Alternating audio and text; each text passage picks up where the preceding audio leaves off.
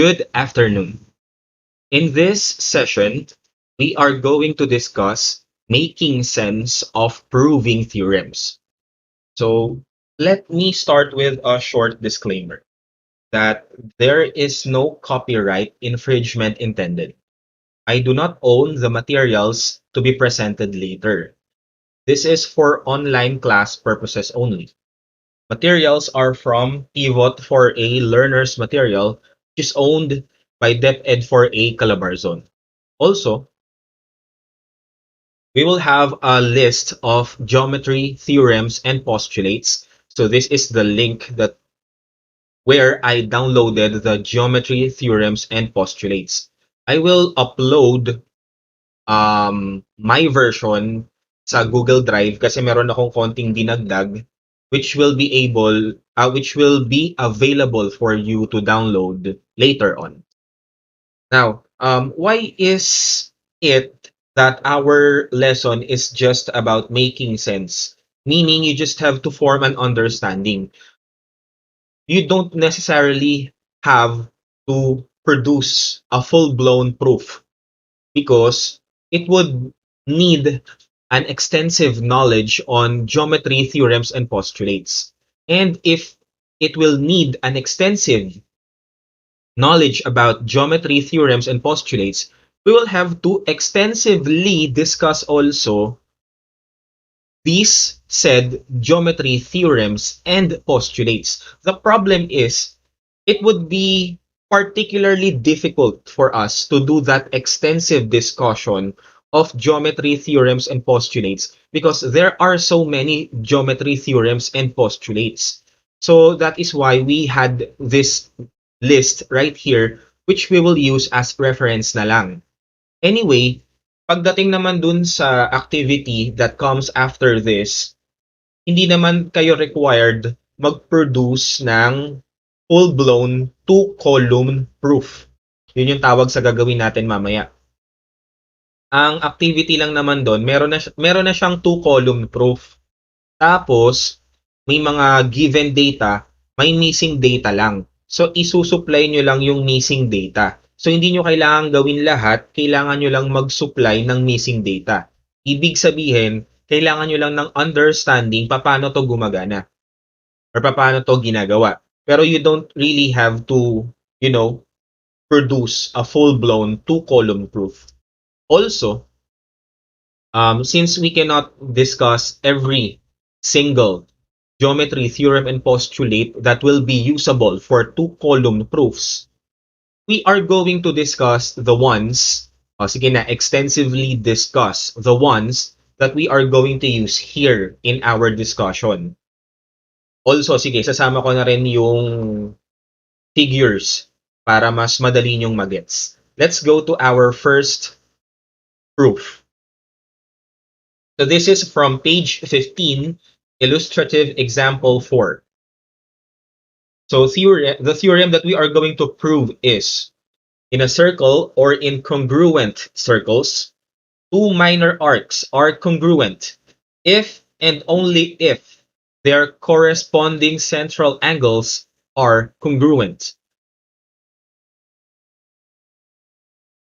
Excuse me.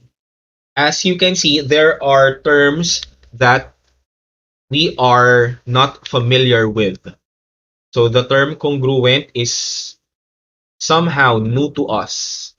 So ano ba ibig sabihin ng congruent? So let us refer to our geometry list. Postulates and theorems list. So what I did was, tawag dito, hinighlight ko na yung mga theorems and postulates na gagamitin natin mamaya para hindi na din ako mahirapang maghanap. So, as you can see, we have here congruent and equal. What is the difference between congruent and equal? Sa geometry kasi, very particular tayo sa mga terms and figures. As what you have seen dun sa previous natin na discussion, for example, about the accents when it comes to lines and subsets of a line, something like that. Also, congruent is different from equal. What is the difference between congruent and equal? Congruent is defined as identical in form. Equal is defined as same in measurement. So basically, if we are talking about figures, for example, two triangles, and then they are identical in form, size and form, then we use congruent because we are talking about figures. Now, if we talk about the measurements, for example, the area of those triangles, then we use equal because we are talking about measurement. And the measurement is in terms of their areas. So that is the main difference between congruent and equal. Again, if we are talking about figures, we use congruent. If we are talking about measurement, we use equal. Let us go back to our proof. So we have our figure right here. So to those who have their modules with them, you might see a slight difference in the figures. Kasi namali talaga yung figures dun sa module. So sinubukan naming baguhin, i-improve based dun sa understanding namin kung paano talaga dapat siya maging itsura, yung mga figure. So, dun sa example, illustrative example 4 on page 15, we thought it should look something like this. Actually, nawala lang naman yung dalawang segments. But anyway, let us go to our proof. So, the given data for us is that triangle, this is the symbol for triangle. So, triangle CAD and triangle BAD are right triangles at A. Prove that arc CD is, ito yung symbol for congruent. Okay, this is the symbol for congruent. As you can see, parang equal sign lang siya tapos may wave dun sa ibabaw. Prove that arc CD is congruent to arc BD. So how do we do that? Sabi nga natin kanina, we will have a two-column proof. Yung two-column proof na yon, first column is the statement column. Siguro dito natin sulat, statement. Siyempre, statements. Kasi marami tayong statements. And, siguro didikit natin ng konti. Dito na lang. Reasons. Okay? So, most of the time, if not all the time, but I think it's all the time. But let's just assume that most of the time, the first statement is the given statement. Ayan. So, isusulat lang natin yan. Triangle, pangit. Triangle, pangit. CAD and triangle BAD are right triangles at A. What is our first reason? Given. So basically, a two-column proof is just a string of statements and corresponding reasons from the given statement to the statement that needs proving. So kailangan, dahil nga it's a string of statements and reasons, kailangan interconnected yung mga statements natin that will lead to the statement that is needed to be proven. So, if triangle CAD and triangle BAD are right triangles at A, then ano yung susunod natin na statement? If they are right triangles, then it should follow that they have right angles. E nasan yung right angles natin? If we are going to refer to our figure, then we have C, A, B right here. Have a red pen color. And B, A, D. SirABC, bakit po nyo nasabi na right angles yung dalawang angles na yan? Because in our theorem and postulate, hanapin lang natin.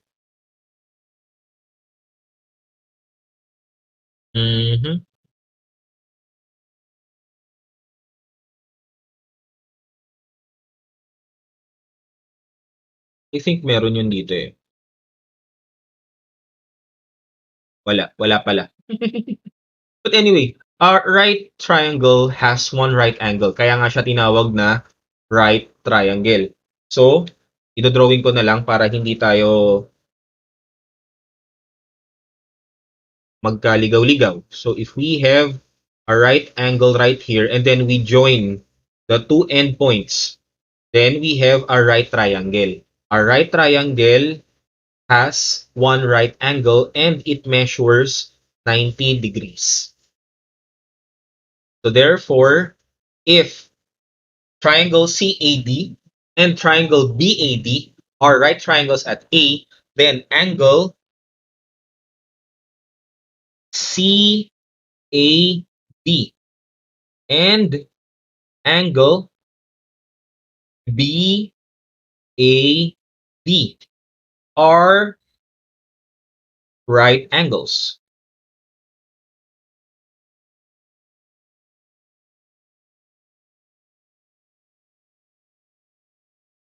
What is our reason for that? Bakit natin sinabi na CAD and BAD are right angles? Kasi nga, that is from the definition sulat ko buo definition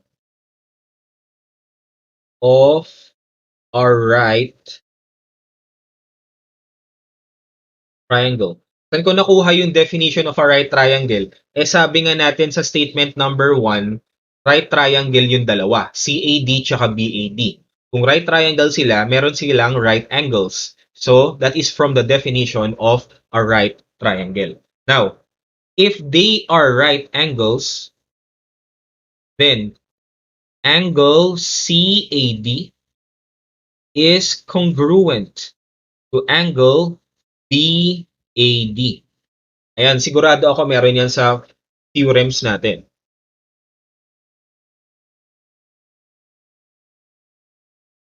Ito, right angle congruence theorem. All right angles are congruent. Why are they congruent? Kasi they have the same measure. Ibig sabihin, a 90-degree angle has the same form and size as another 90-degree angle. Therefore, they are congruent. Excuse me. So we will have reasons as all right angles are congruent. Okay, now, if CAD and BAD are right triangles and they have right angles which are congruent, then they are same in measurement. So therefore, the measure of angle CAD is equal to the measure of angle BAD. What is the reason why the measure of angle CAD is equal to the measure of angle BAD? Definition of congruent angles.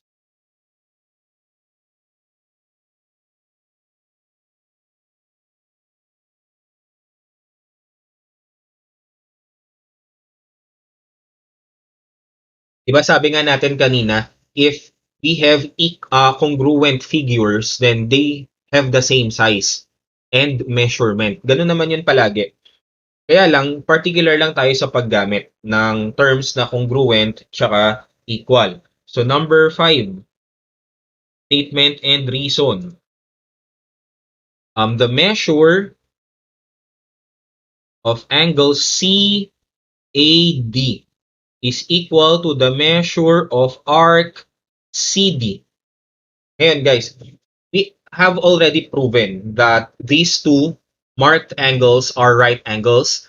They are congruent, therefore they have the same measure.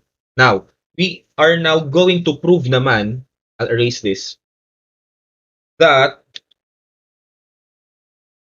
this has the same measurement as this. And this has the same measurement as this.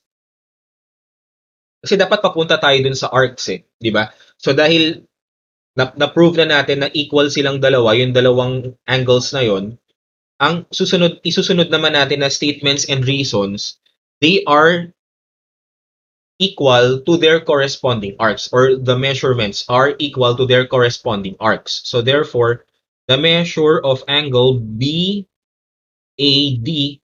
is also equal to the measure of BD. Why? Because they are central angles. And the measure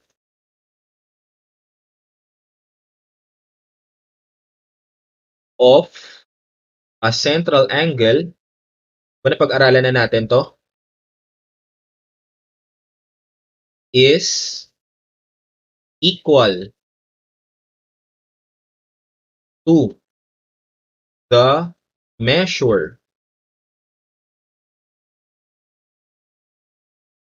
of, siyempre tatakpan ko na yan, ayan, of its intercepted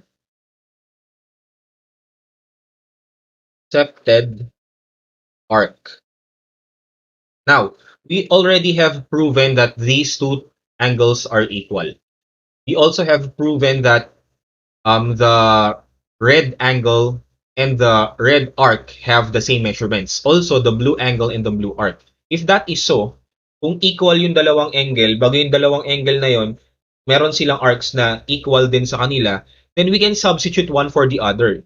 Meaning for our last, actually not penultimate, second to the last, the measure of arc CD is equal to the measure of arc BD.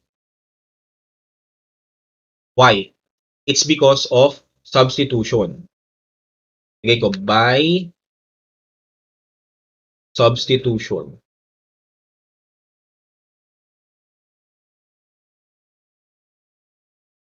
From 4 and 5.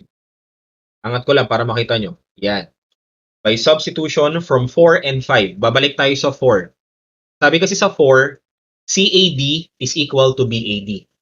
Sabi sa 5, CAD is equal to CD. And BAD is equal to BD, the measurements. Now, if CAD is equal to CD, and BAD is equal to BD, and from number 4, CAD is equal to BAD, therefore, CD is equal to BD, the measurements. So if they have equal measurements, for our last statement, they are congruent. So CD is congruent to BD. Number 7, that is definition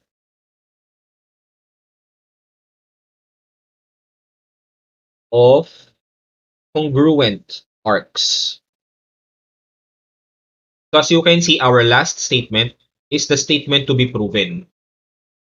So, ganun naman siya palagi. So, again, kung babalikan natin to para lang magets nyo ulit, nag-start tayo sa given, right angles daw yung dalawa, CAD tsaka BAD. Sorry, right triangles.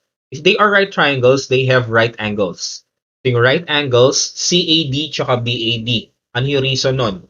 Definition of a right triangle. Because a right triangle has one right angle. And the right angles are, ayun na nga, CAD tsaka BAD. If they are right angles, then they are congruent. Because all right angles are congruent. If they are congruent, their measurements, number 4, are equal because all congruent angles have equal measurements. Number 5, they are central angles. Therefore, their measurements are equal to their intercepted arcs. And by substitution, then their intercepted arcs are equal because they are equal angles. And therefore, the two intercepted arcs are congruent. Let's go to our second proof. In a circle or incongruent circles, two minor arcs are congruent if and only if their corresponding chords are congruent. So proof, given segment AB, ito yung segment AB, it is a chord, is congruent to segment CD. Ito yun. It's also a chord. Now we have to prove that arc AB, this one right here, is congruent to arc CD right here. So there's not much to do about it in here kasi wala naman masyadong figures, di ba? So if that is the case, we can actually construct. Pero mamaya na. Siyempre, sulat muna natin yung first statement and reason natin. So statement,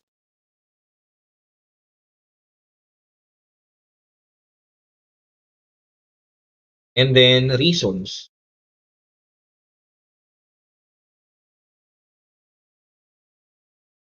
The first statement, tayo, segment AB is congruent to segment CD. Reason, given. Okay? Diyan tayo lagi magsisimula. Number 2. The problem is, after natin siyang ma-state, wala na tayong susunod na pwedeng puntahan. Hindi kagaya sa example 1, dahil meron tayong right triangles, meron tayong right angles, and then nag-progress na tayo. Dito wala. Kapag wala na kayong magawa, you can actually construct. So magdo-drawing tayo ngayon. So, ang i-drawing natin, most of the time kasi, nakakatulong kapag ang kino-construct triangles. Okay, so we'll construct triangles. We'll construct something like this. Yan. Then, doon. Then, here. And then, there. So, ngayon, marami na akong pwedeng gawin kasi meron na akong triangles. Isusulat ko muna yon sa second statement ko. Ang ilalagay ko, construct.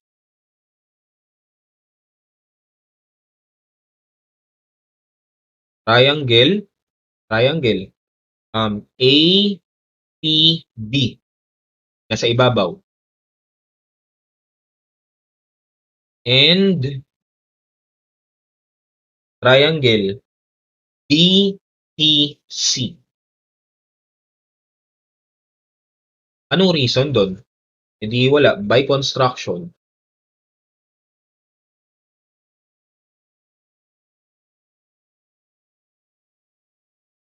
Since dahil walang masyadong ganap dun sa figure, nag-construct tayo ng dalawang triangles para magkaroon ng ganap. Parang ganun. Okay? So number 3. Dahil nakapag-construct na tayo ng mga triangles natin, as you can see, lahat ng segments na dinrawing natin, puro radius. Puro radius. Isusulat lang natin yon. Segment AP, BP, DP, and CP. Lahat yun radius. Sulat lang natin yun. Segments AP, na daw? BP, DP, and CP are radii of circle P. Ano yung isulat ngayon natin na reason dyan? the definition of a radius. Kasi radius naman talaga silang lahat, di ba? So, definition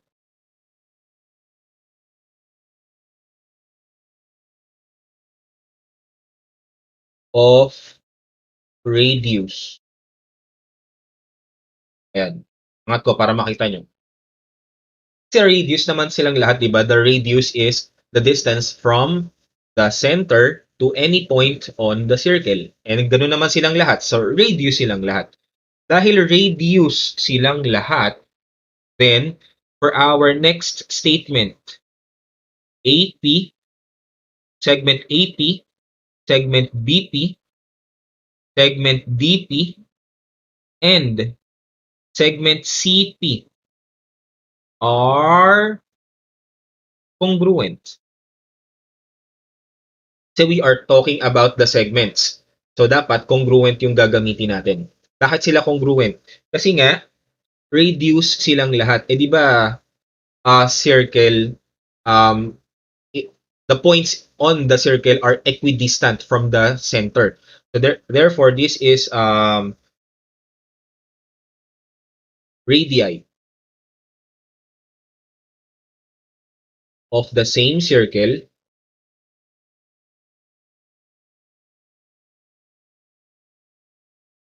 are congruent. Hindi pwedeng mas malaki yung isa, mas maliit yung isa, di ba? Bilog nga eh. Okay? Now, if they are congruent,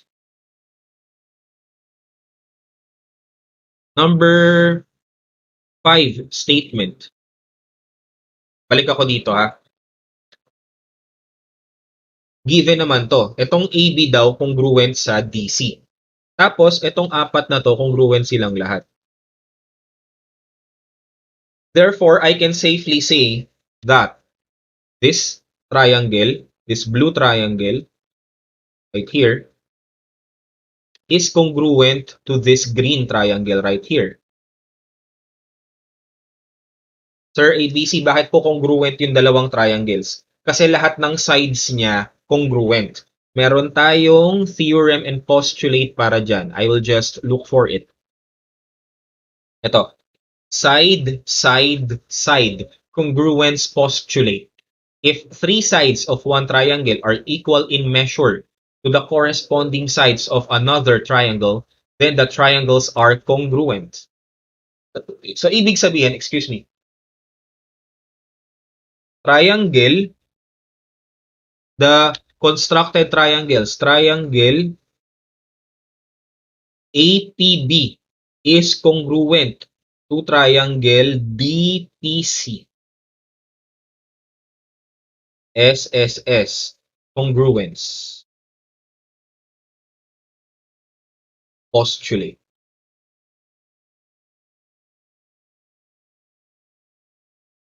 Okay? Now, huwag kayong malilito guys Ang focus natin yung prove na itong arc na to is congruent to this arc. So ngayon dahil na-prove na natin na congruent silang dalawa, yung dalawang triangles na yon, I think we can progress into the angles. To the measure now of angle. Ito na ngayon.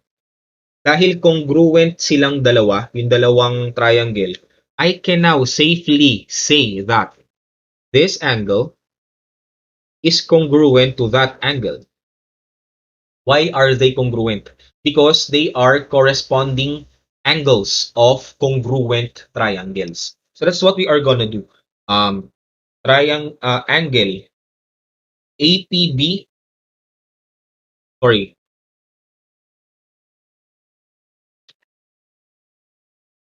angle APB is congruent to angle DPC. Verse 6. CPCTC. Yung CPCTC guys, corresponding parts of congruent triangles are congruent. Kaya sabi ko kanina, very usable kapag walang masyadong ganap, construct tayo ng triangle because of this particular reason. Basta na-prove natin na yung dalawang triangles ay congruent, then their corresponding parts are also congruent. So if they are congruent, then their measurements are equal. So the measure of angle APB is equal to the measure of angle DPC. What would be our reason for that? So definition of congruent angles. Okay. Now that we have proven that their um, measurements are equal silang dalawa. Central angle sila. Therefore, if they are central angles, then whatever the measure of this angle is, that's also the measure of this arc. Kasi central angle siya eh. Now, whatever the measure of this central angle is, that is also the measure of this arc. So, susulat lang natin yon. So, the measure of angle APB is equal to the measure of arc AB. And the measure of angle DPC is equal to the measure of arc DC. Why? Because of the same reason as this. Ito, kokopihin ko na lang para hindi na ako magsusulat.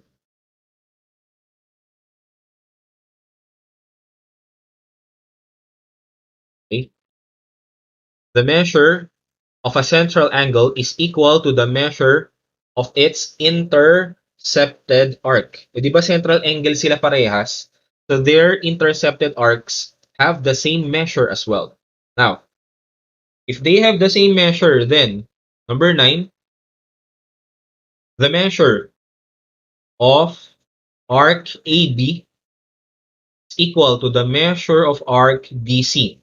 Just like in our first example by substitution.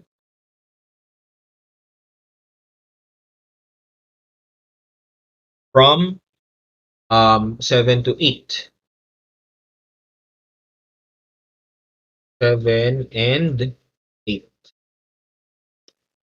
Diba sabi sa 7, the two angles have the same measure. Sabi sa 8, each of the angles measurement is equal to their corresponding arcs. So number 9, their arcs have the same measure. If they have the same measure, for our last statement, then AB is congruent to DC, the arcs. That is the definition of congruent arcs. Definition of congruent arcs. Angat ko lang, baka natakpan ko na. So that is our final statement, which is the statement to be proven. So we have already proven that this theorem is good. Let's go to our next. This is now from page 16, illustrative example number 6.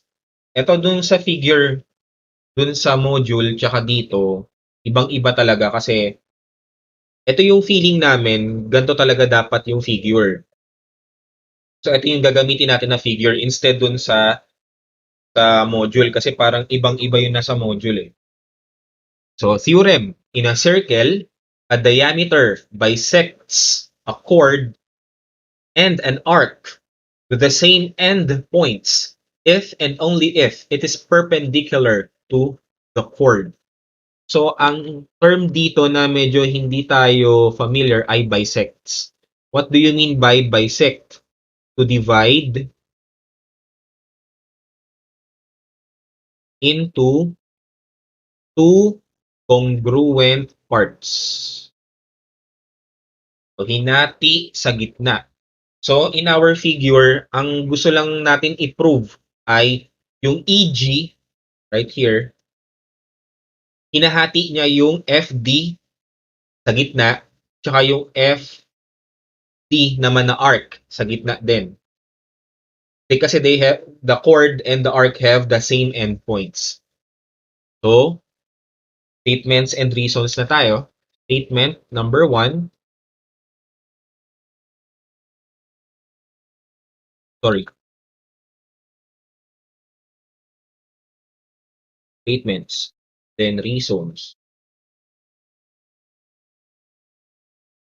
Number 1. Segment EG is perpendicular to segment FD. Reason given. SirABC. Ano po ibig sabihin nitong perpendicular na to? Hindi nyo nabanggit kanina. Oo nga. Perpendicular. Actually, is perpendicular to ang basa dyan. So what do you mean by perpendicular pala? Hindi natin na ano kanina. You say perpendicular, these are lines or subsets of lines that forms a right angle. So can be two lines, can be two segments, can be two rays, or one of each. Basta lines or subsets of lines that form a right angle. So right angle 90 degrees. So that is our first statement. EG is perpendicular to FD. So we have here the reason kasi given siya. Now, if that is the case, guys, what I want you to realize is that they are perpendicular. So it forms a right angle here and a right angle there. Pero mamaya ko na yun ito-drawing ulit. May iba pa ba tayong ganap? Kasi parang feeling ko wala na tayong ganap. So what we are going to do is to form a construct ulit. Magko-construct ulit tayo. Ang i-construct natin ngayon, guys, ay dalawang radii.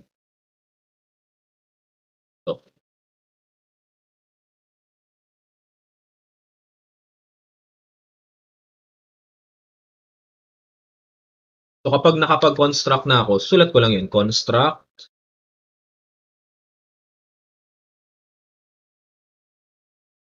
radii muna. Radii OF and OD.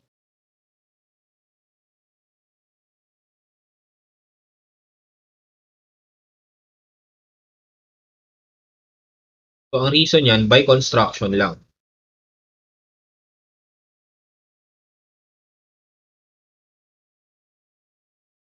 Ngayon, bakit ako nag-drawing ng dalawang radius? So again, kagaya ng sinabi natin kanina, di ba? Kapag walang masyadong ganap, basta kapag nag-construct kayo, mas maganda mag-construct ng triangle. So magkakaroon na ngayon tayo ng means para i-prove na yung dalawang triangle ay congruent. For example, then we can progress from that. So if we have formed or constructed two radii, then they are congruent. Kasi all radii of the same circle are congruent. So segment OF, bakit end? Is congruent to segment OD. Number 3, radii of the same circle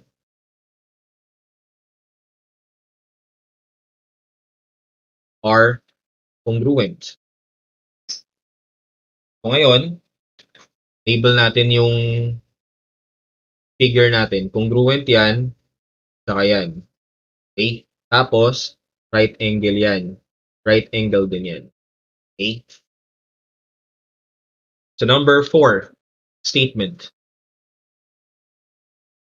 So if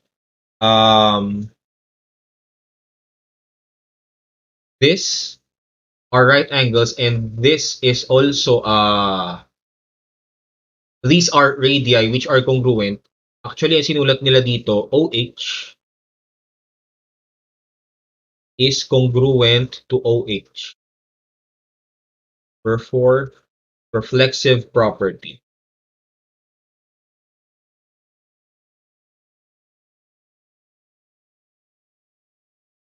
Mat ko lang yan. Meron tayo niyan dito. Reflexive property. Tapin natin. I think nasa taas.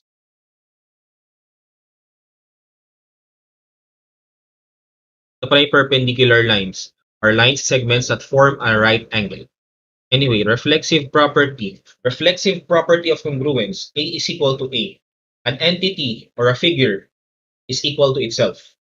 So if we have here OH is congruent to OH, then reflexive property because OH is equal to itself. Ito yung OH eh. So equal siya sa sarili niya. Okay, OH is equal to OH. So number 5 statement, why is there a need for us to find OH? Kasi to include OH. Dito nakalagay is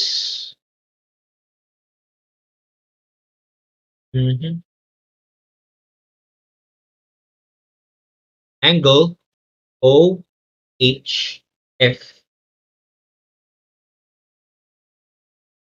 and angle OHF ba? OHF and OHD are right angles. Definition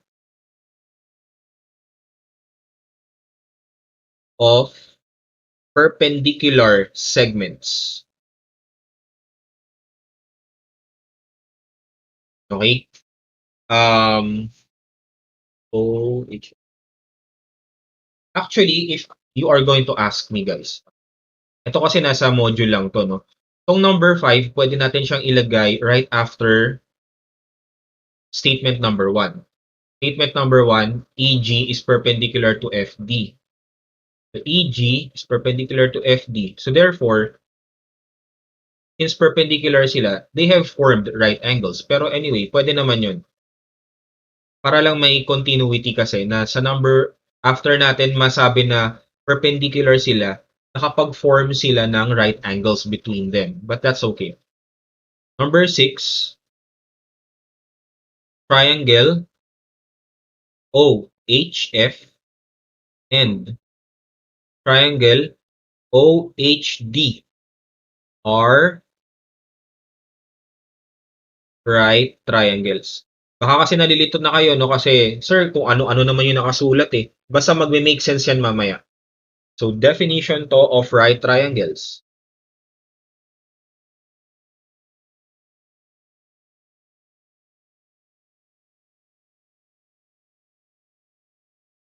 Okay? So, babalikan lang muna natin. So, these two segments are perpendicular. Tapos, nag-construct tayo ng dalawang radius para makabuo ng dalawang triangle. Yung dalawang triangle na yon, ito, OHF tsaka OHD. Kulayan natin. Itong blue tsaka itong green. Yan yung dalawang triangle natin. Ngayon, dahil meron tayong dalawang triangles, more or less, we have to identify or we have to prove that these two triangles are congruent. Yun yung dahilan bakit meron ito.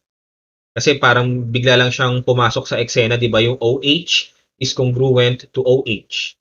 Reflexive property, tapos dinefine na dalawang right angles yung na-form. Pero kaya siya kasi dalawang right angles, tong number 5, kasi perpendicular yung dalawang segments. So, sana dun siya nilagay. But anyway, pwede yan. So, number 7, since they are right angles, so triangle OHF and triangle OHD, sorry,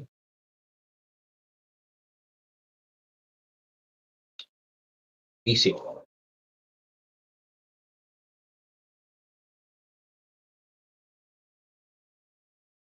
congruent. Number 7, yung tinatawag na HL, congruence postulate.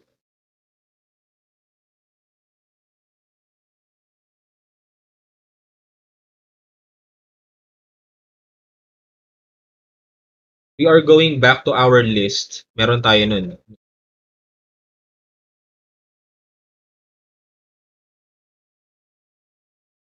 Hypotenuse leg. Congruence theorem. If the hypotenuse and a leg of a right triangle are congruent to the hypotenuse and a leg of another right triangle, then the triangles are congruent. If you are going back to our figure, idodrawing ko siya ng nakahiwalay. We have a right triangle here.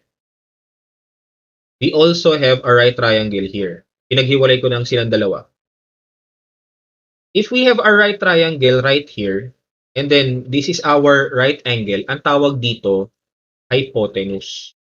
Tapos, etong dalawang to, ang tawag dyan, legs.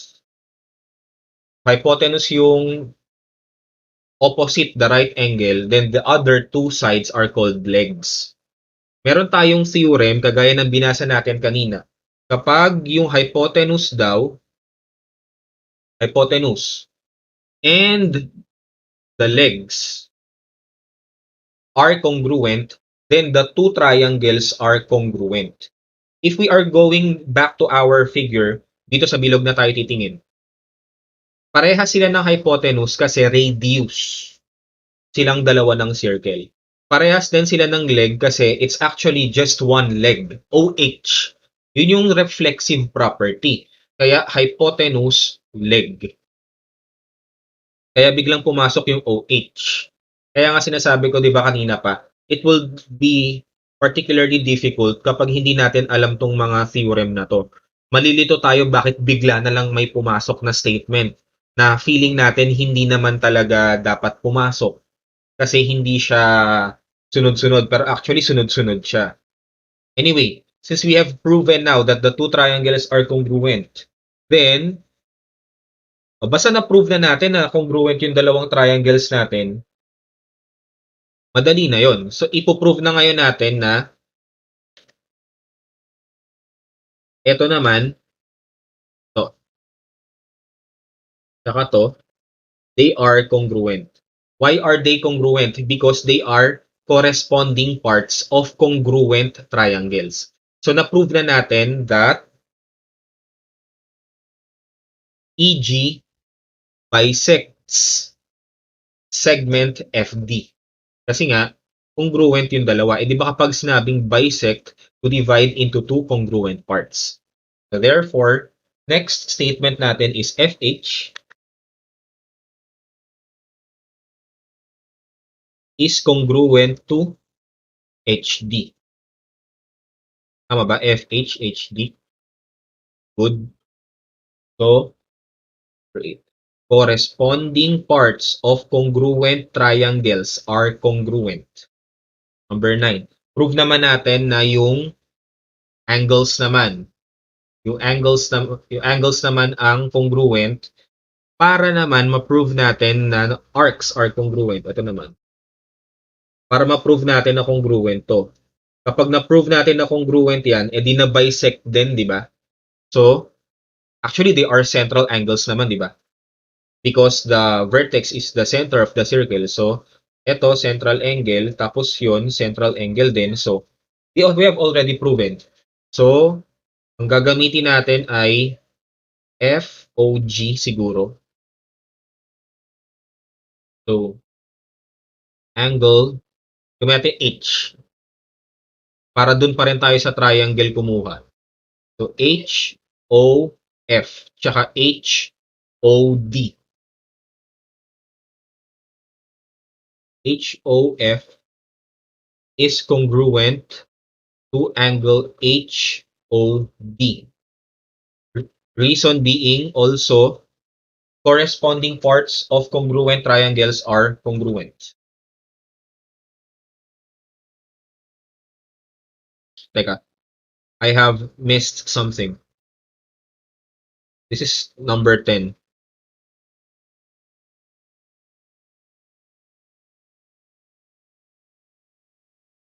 Number 9. Since FH is congruent, FH is congruent to HD, then EG bisects FD. Limutan natin yun. EG bisects FD.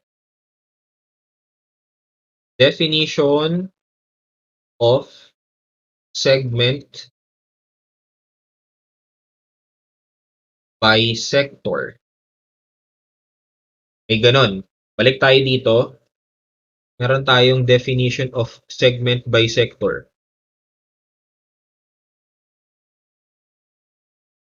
Segment bisector, a ray, line, or segment that divides a segment into two parts of equal measure. Kapag equal measure, congruent. So therefore, dahil congruent sila, binisect ng EG yung FD. So ganun din yung gagawin natin. So yung 8, parang yun yung 10, kaya lang angle naman. Tapos 11 ngayon, FG arc. Teka, ba't FG? Tama, FG tsaka GD. FG arc is congruent to GD. Definition naman to ng oo nga. Ano yun? Dito eh. Kopyahin ko na lang. The measure of a central angle is equal to the measure of its intercepted arc.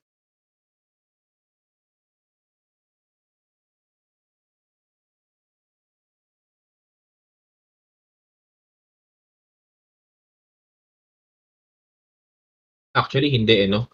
Kasi congruent eh. So, baguhin natin. Gawin natin congruent. Central angles intercept congruent arcs.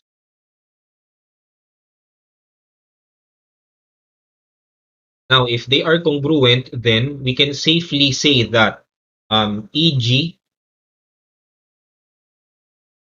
bisects arc FE. Definition of angle bisector naman. So kung doon sa isa, segment bisector, then dito naman sa isa, angle bisector, same concept. Okay? Last example is from page 17, illustrative example 8. If two chords intersect within a circle, then the measure of the angle formed is equal to half the sum of the measures of the intercepted arcs. Now, this is gonna be a little more tricky than the other. So ito yung figure na feeling namin dapat nangyari. Iba dun sa figure na itsura dun sa page 17, illustrative example number 8. Okay? So, ganun ulit, statements and reasons pa rin tayo. First statement natin is the given statement, and then first reason, given. Tulat na natin yun. Statement,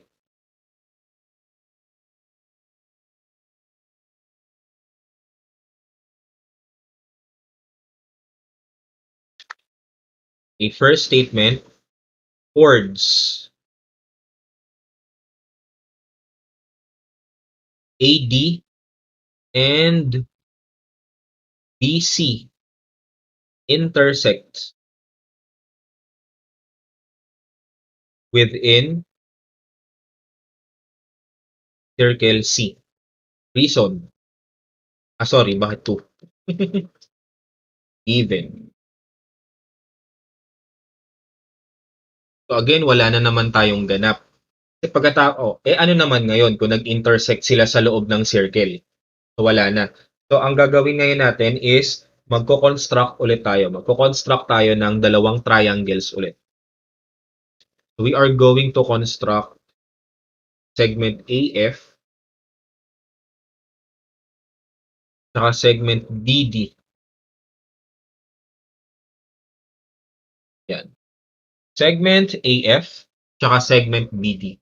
Obviously, hindi sila congruent, no? Kasi mas maliit to doon. Pero we are going to use different postulate. Construct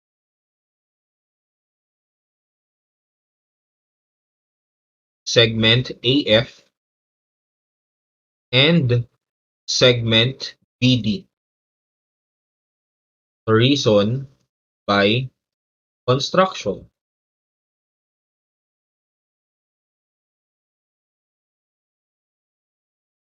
Number 3. Magkakaroon ngayon tayo ng konting concern dito kasi ito yung arcs of concern natin. Ito, saka to.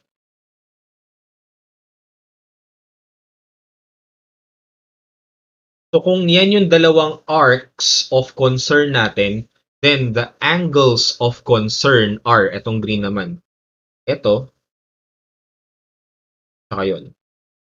Something like that. So, gagawa natin ng paraan na ma-include yung dalawang green na angles na yon kahit pa yung triangles na nabuo natin, yung ibabaw tsaka ilalim. So, this is what we are going to do. Dun sa statement natin, angle FED is an exterior angle of triangle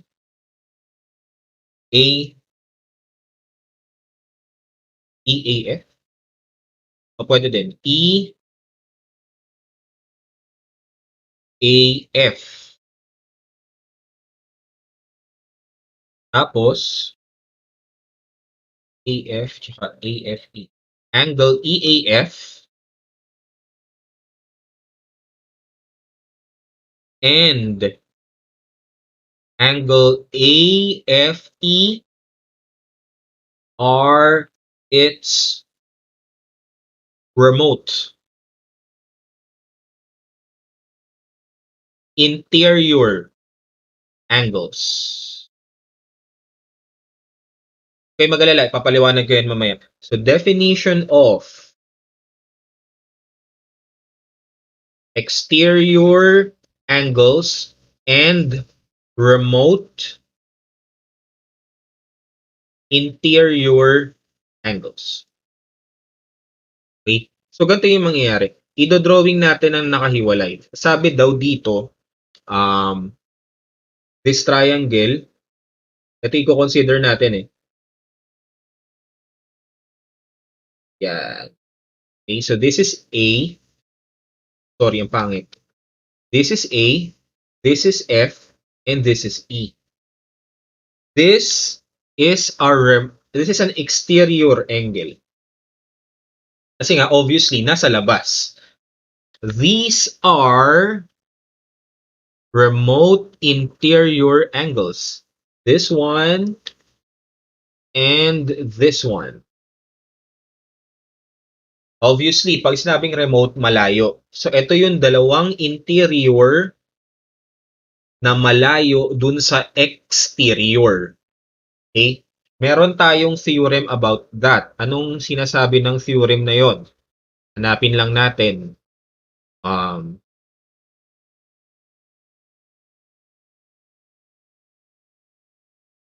Ito, exterior angle theorem. An exterior angle of a triangle is equal in measure to the sum of the measures of its two remote interior angles. Anong ibig sabihin? Etong green, yung measurement ng green, equal yan sa sum netong yellow tsaka blue. Which will lead us to our next statement. If FED is an exterior angle and EAF and AFE are its remote interior angles, then the sum of EAF and AFE is equal to FED. So the measure of angle FED is equal to the measure of angle EAF plus the measure of angle AFE. Ano yung reason natin dito? Ano yung nakalagay? Exterior angle theorem. Exterior angle theorem.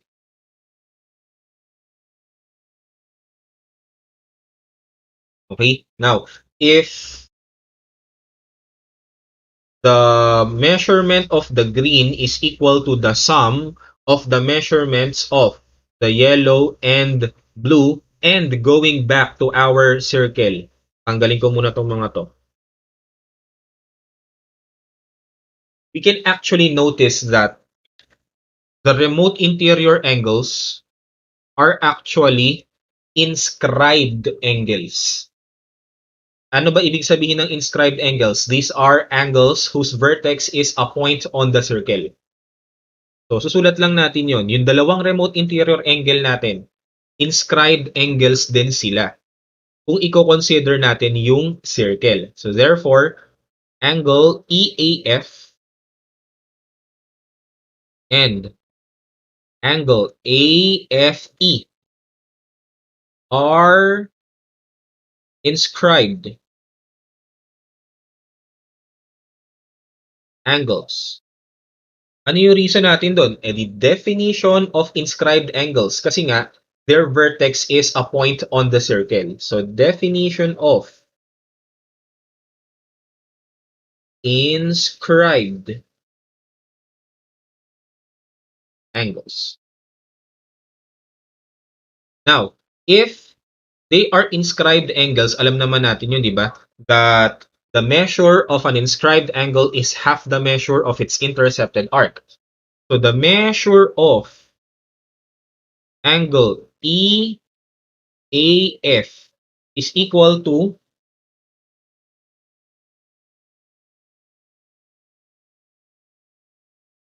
EAF EAF. Half siya ng FD. So, 1/2 times the measure of FD arc. How about the other one? The measure of angle AFE is equal to, nasaan yung AFE? AFE. So, yun naman, half naman siya ng AB.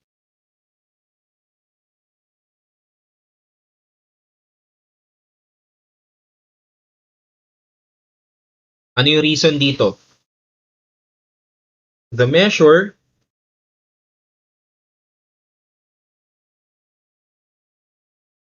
of an inscribed angle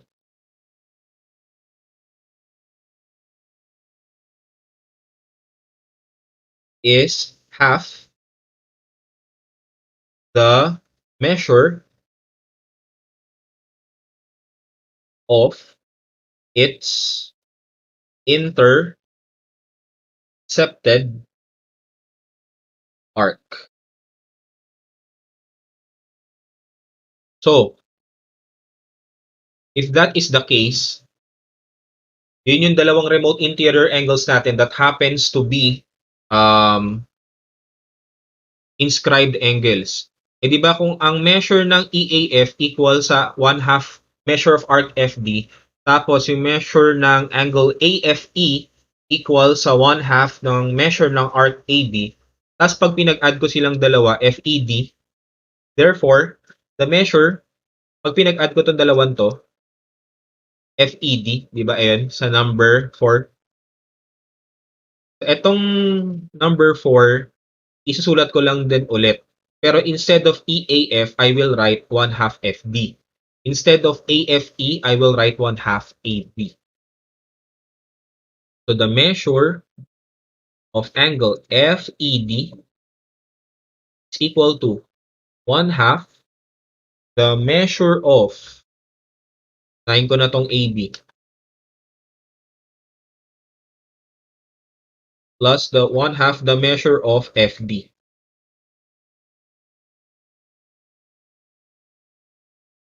Parang mali ako. Hindi pa pala ganyan yung form. So plus 1/2 measure of arc FD. So by substitution.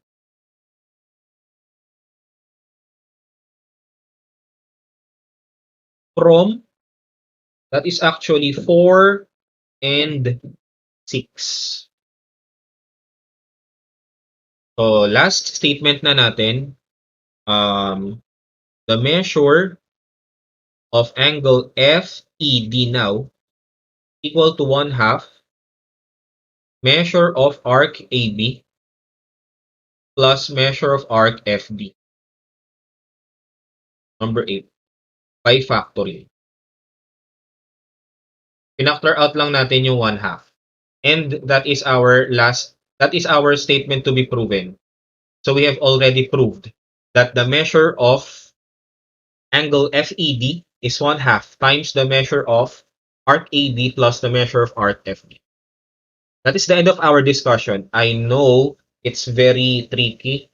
Nakakalito talaga. Pero you just pakityaga nyo lang. Pakipanood nyo lang ulit.